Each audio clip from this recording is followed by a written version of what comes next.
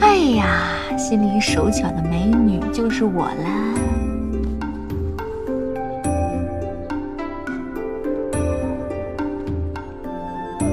林边顺，灵巧蜜。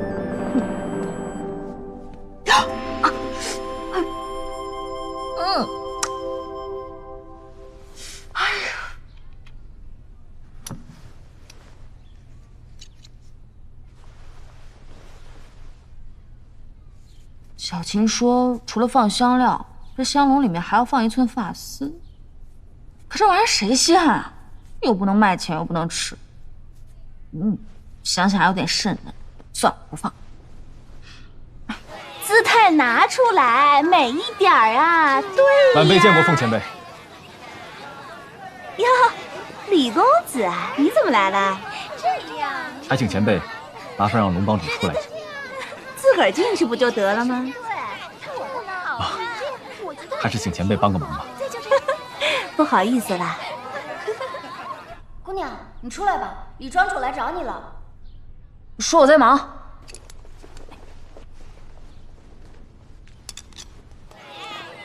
李庄主，什么风把您吹来了？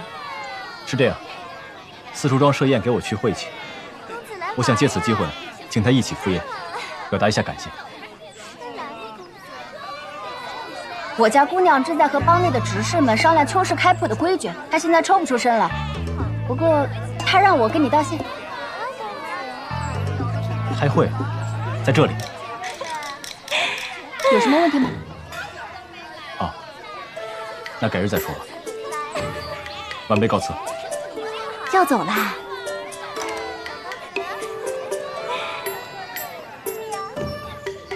哼，欲擒故纵。真是得我真传，像李清流这样的高傲货色，往前扑是不行的，就得冷着点，晾着，学着点啊！喊起来啊！来呀来呀来呀！哎，快喊起来，喊起来！我学什么呀？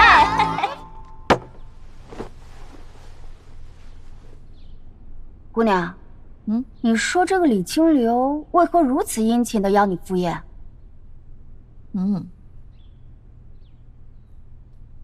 那你都已经拒绝了，你为什么还那么着急的问我他什么反应呀？我只不过是好奇他被人拒绝的反应。这公子哥应该很少被人拒绝，拒绝这一招看来对男人很管用。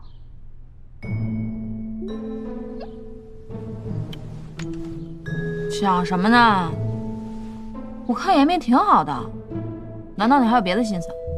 姑娘，你自己还不是更有一套？那词儿叫什么来着？欲擒故纵。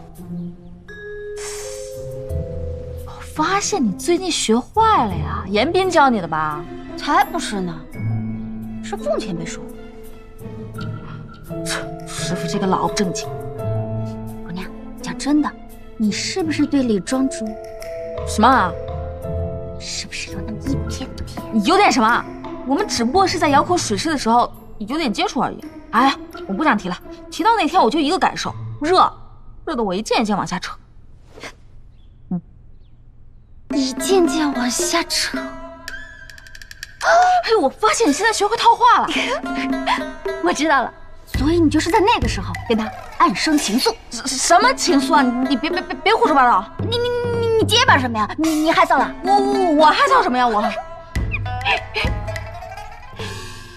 哎，对了，姑娘，你不是说那天李清流是拿了什么通关的宝贝救了你吗？对啊，他来救我，还因为我被七眼打成了猪头，还在水市里把我举起来。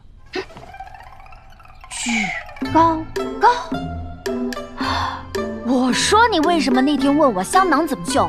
你是不是喜欢上他了？你就是要绣了送给他，对不对？哎，你别胡说八道啊！你干什么？哦，原来，我要还给我，不给，还给我，不给，小琴。